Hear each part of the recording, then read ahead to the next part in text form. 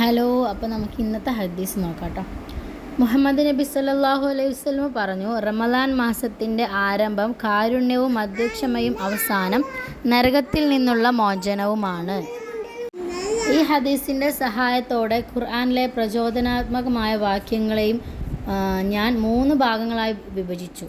അഷ്റാസ്, റമദാനിലെ ആദ്യത്തെ ആശ്രമാണ് മെഴ്സി. ഹദീസ് പ്രകാരം റമദാൻ മാസം ആരംഭിക്കുന്നത് ദയോടെയാണ്. ഇതിന് പിന്നിലെ കാരണം എന്താണ്?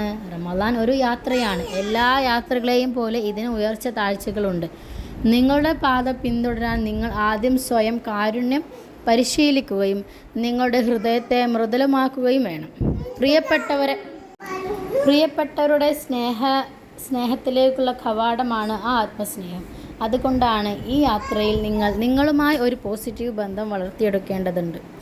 നിങ്ങളുടെ ജീവിതപാതയിൽ ദൈവത്തിൻ്റെ കാരുണ്യം നിങ്ങൾക്ക് അനുഭവപ്പെടുന്നതിനായി കരുണ പരിശീലിക്കുക. അതുകൊണ്ടാണ് ഒന്നാമതായി നമ്മൾ കാരുണ്യത്തോട് തുടങ്ങുന്നത്. അപ്പോൾ നമ്മൾ റസൂലിനെ പറഞ്ഞിട്ടുണ്ട്, ചെറിയ കുട്ടികളോട് നമ്മൾ ദയ കാണിക്കണം, കാരുണ്യം കാണിക്കണം. നമ്മൾ ഒരിക്കലും അവരോട് ഒരു ഹാർഷമായി പെരുമാറരുതെന്നൊക്കെ പറയുന്നത് അതുകൊണ്ടാണ്. നമ്മുടെ മനസ്സിൽ കരുണയുണ്ടെങ്കിലാണ് നമുക്ക് നമ്മുടെ മക്കളോടായാലും ശരി, മൃഗങ്ങളായും മനുഷ്യജീവികളോടും എല്ലാത്തിനോടും നമുക്കൊരു കരുണ തോന്നുകയുള്ളൂ. അപ്പോൾ ആദ്യം നമ്മൾ കരുണ എടുക്കുന്നത് എവിടെയാണ്? നമ്മുടെ ഹൃദയത്തിലാണ്. നമ്മുടെ ഹൃദയത്തിലാണ് നമ്മൾ ആദ്യം കരുണ പഠിക്കേണ്ടത്. എന്നാലാണ് നമുക്ക് മറ്റുള്ള ജീവജാലങ്ങളോടും മറ്റും നമുക്ക് കരുണ തോന്നുകയുള്ളൂ. അതായത് പ്രത്യേകിച്ച് ഇപ്പോൾ എൻ്റെ ഇത് പറയുകയാണെങ്കിലും നമുക്കൊരു ദയ, കാരുണ്യം ഉണ്ടാവും, നമുക്കൊരു സഹതാപം ഒക്കെ ഉണ്ടാവുമല്ലോ.